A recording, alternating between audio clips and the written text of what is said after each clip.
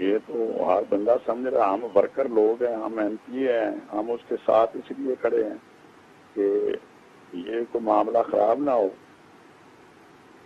اسی لیے تو کھڑے ہیں۔ یہ بھی تو نیریٹو آئے گا رنداوا صاحب کہ پارٹی بچانے کے لیے پھر بہت ساری چیزوں سے آنکھیں بند کرنی پڑیں گی عمران خان صاحب کو۔ نہیں، ہم آنکھیں بند کرنے کی بات نہیں کر رہے۔ ٹھیک، جو اگر کسی نے کیا ہے تو وہ بولتے کہ یہ جو ایف آئی آر ہوئی ہے، یہ ابھی ایف آئی اے میں آج ہماری پیشی تھی، تو وہ تو قبول ہی نہیں کہ وہ کر ہی نہیں سکتے۔ تو جب ایسی بات نہیں ہے، اگر کوئی شوگر کا معاملہ ہوا تو جہانگیر ترین صاحب کورٹ میں تاریخیں بھی بھگت رہے ہیں۔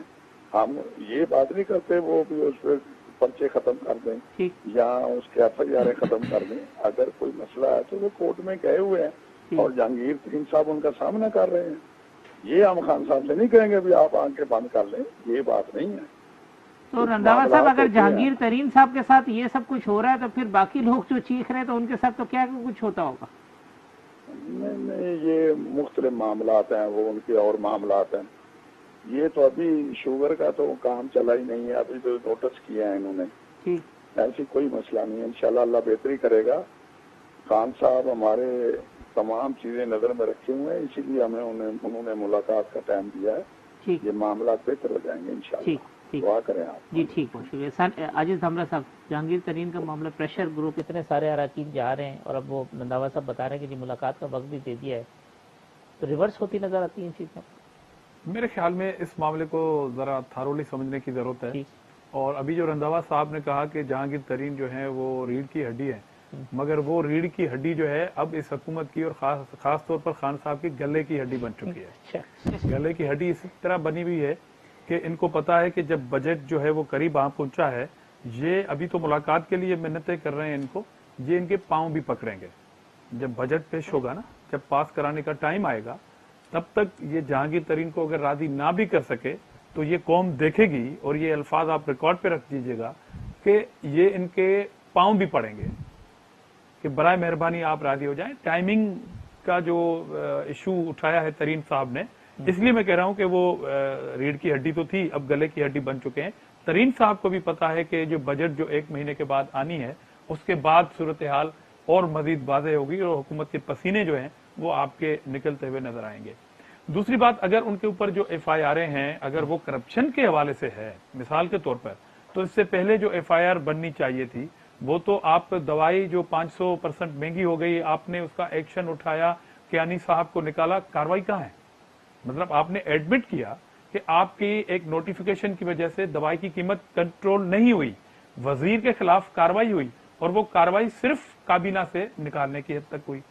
خسرو بختیار صاحب سیکرٹری جنرل بن گئے۔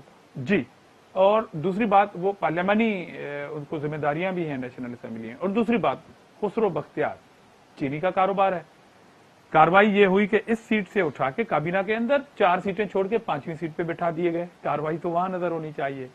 اور دوسری بات، آپ ایس اکبر کیس میں آپ کورٹوں میں اسٹے نہ لیں اور کہیں کہ جی کرتے ہیں مقابلہ آپ کا۔ اور تیسری بات کہ آپ کہتے ہیں کہ آپ نے ایک صوبے میں بی آر ٹی بنا دی اور قوم بالکل ٹھیک ہے، خوش ہے، تو بی آر ٹی چل رہی ہے، بی آر ٹی آپ نے بنا دی مگر اسٹے برقرار ہے، اسٹے چاہیے آپ کو۔ یہ اسٹے کیوں لے رہے ہیں آپ تو بڑے کریڈیبل ہیں، میں تو سو کالڈ کا لفظ بھی اس میں استعمال کروں گا۔ تو ایشو یہ ہے کہ جب آپ پیٹرول کے ندیم بابر کے کیس میں کیا ہوا ہے، کہاں ہے وہ، کہاں انکوائری ہے؟ نہیں تو ایک دن اتار کے، اور آپ نے ریسپانسبلٹی فکس کی اس پہ اوپر، کسی ادارے کو آپ نے خط لکھا، نیب کو یا ایف آئی اے کو، کہ آپ اس کی انکوائری کریں۔ اب تک تو میرے خیال میں انکوائری تو سامنے ہے آپ کی، آپ خود کہہ رہے ہیں کہ اس میں انوالو ہیں، اس کی کمپنی تھی، یہ جو ریٹ انٹرنیشنلی کم ہوئے، جہاں پہ کم نہیں ہوئے، یہ ساری چیزیں آپ ایڈمٹ کر کے اس کے بعد وزیروں کو نکالتے ہیں۔ آپ کہتے ہیں کہ آپ کی معیشت جو ہے وہ چل پڑی ہے، اس لیے آپ جو ہیں وہ فرانس کے سفیر کو نہیں نکال رہے ہیں، ابھی اسمبلی ہے۔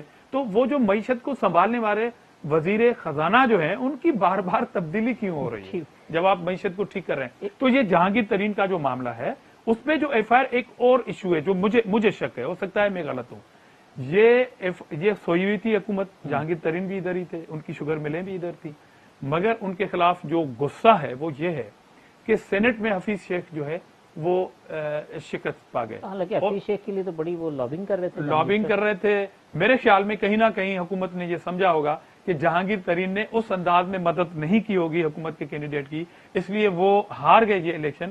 تو یہ ایف آئی آر کہیں اس چیز کا غصہ ہارنے میں جہانگیر ترین کا کردار ہے نامرا صاحب؟ مجھے یہ معلوم نہیں. میں بطور ایک پولیٹیکل ورکر یہ سمجھ رہا ہوں کہ اس الیکشن کے فوری طور پر جو ایف آئی آریں ہوئی ہیں, میرے خیال میں کہیں نہ کہیں غصہ ہوگا کہ آپ اس طرح متحرک نہیں ہوئے, آپ کا جہاز نہیں چلا اس طریقے سے جس طرح آپ نے آزاد اراکین کو خرید کے خان صاحب کو حکومت دلائی, مگر وہ جہاز چل نہیں رہا تھا, لینڈنگ تھی اس جہاز کی, اس لیے وہ ہار گئے حکومتی. میرے خیال میں کہیں یہ غصہ نہ ہو. ابراہیم خان صاحب, یہ جتنا بڑا گروپ جمع ہو رہا ہے جہانگیر خان ترین کے ساتھ, اور پھر جس طرح سے اب آج ان کی باتیں ہیں, ویسے پہلے تو آپ بتائیں کہ آپ نہیں گئے سولیڈیرٹی کے لیے جہانگیر صاحب کے ساتھ؟ آپ کے تو پڑوسی بھی ہیں علاقہ ملتان. میرے بڑے بھائی ہیں, کوئی ایسا ایشو نہیں ہے. بات یہ ہے کہ ان کے خلاف ایک کیسز ہوئے ہیں, وہ اس کو فیس کر رہے ہیں, اور یہ حقیقت ہے انہوں نے کبھی نہیں کہا کہ مجھے ان کیسز سے میری جان چھوڑ. جہانگیر ترین کے ساتھ زیادتی ہو رہی ہے ابراہیم صاحب, پہلے یہ بتائیں. دیکھیں, میں آپ کو کلیئر کٹ بات بتا رہا ہوں, یہ پھر وہی ہو جائے گا جب ایک کیس ہے سب جوڈس, اس پہ میں جو ہے وہ بن جاؤں. ابھی تو ایف آئی اے آپ کے 40 بندے کہہ رہے ہیں زیادتی ہو رہی ہے, آپ کے M N A M P A کہہ رہے ہیں, آپ بتائیں زیادتی ہو رہی ہے کہ نہیں ہو رہی؟ دیکھیں, وہ سب ثابت ہو جائے گا. میں نے پرائم منسٹر صاحب کو لکھا تھا, میں نے کہا جی کہ اگر تو یہ جہانگیر پہ ثابت ہوتا ہے تو اپنی سزا بھگتیں گے. اگر یہ ثابت نہیں ہوتا تو جن لوگوں نے یہ, پھر دوسرے الفاظ میں اگر یہ ثابت نہیں ہوتا تو کنکاکٹڈ ہو جائے گا. اگر کنکاکٹڈ ہے تو جو لوگ ریسپانسبل ہیں پھر ان کے خلاف ایکشن. جامرا صاحب کہہ رہے ہیں حفیظ شیخ ہار گئے تو اس کے بعد غصہ جہانگیر ترین پہ اتر رہا ہے. جی, میں عرض کرتا ہوں, میری جہانگیر ترین سے وہ ووٹنگ سے ایک دن پہلے قدرتی ملاقات ہوئی تھی جی, اور انہوں نے مجھے کہیں سے یہی خبر جو یہ فرما رہے ہیں, تو مجھے بھی کہیں سے اڑتی ہوئی یہ خبر گئی, تو میں نے ان سے یہ 1-on-1 میٹنگ میں یہ کوشچن کر لیا تھا, اور ان کا مجھے یہ جواب تھا کہ ابراہیم خان, جس پارٹی کو میں نے اپنے ہاتھ سے بنایا, میں اس کے خلاف کس طرح سے جا سکتا ہوں.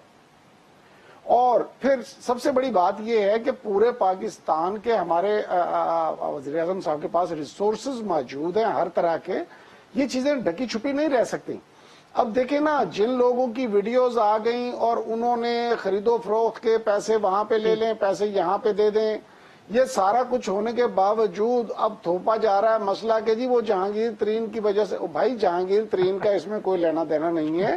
نہیں ابراہیم صاحب, وہ جہاز نہیں چلا نا اس طرح جس طرح خان کے لیے. کہہ رہے ہیں ان کا جہاز پارکنگ میں کھڑا ہوا تھا, اس وجہ سے کچھ نہیں ہوا. سر, ان کا جہاز پارکنگ میں کھڑا ہوا تھا, تو پارکنگ والا جہاز جو ہے جب چلا بھی تھا تو اس میں ان لوگوں کو اکاموڈیٹ کیا گیا تھا.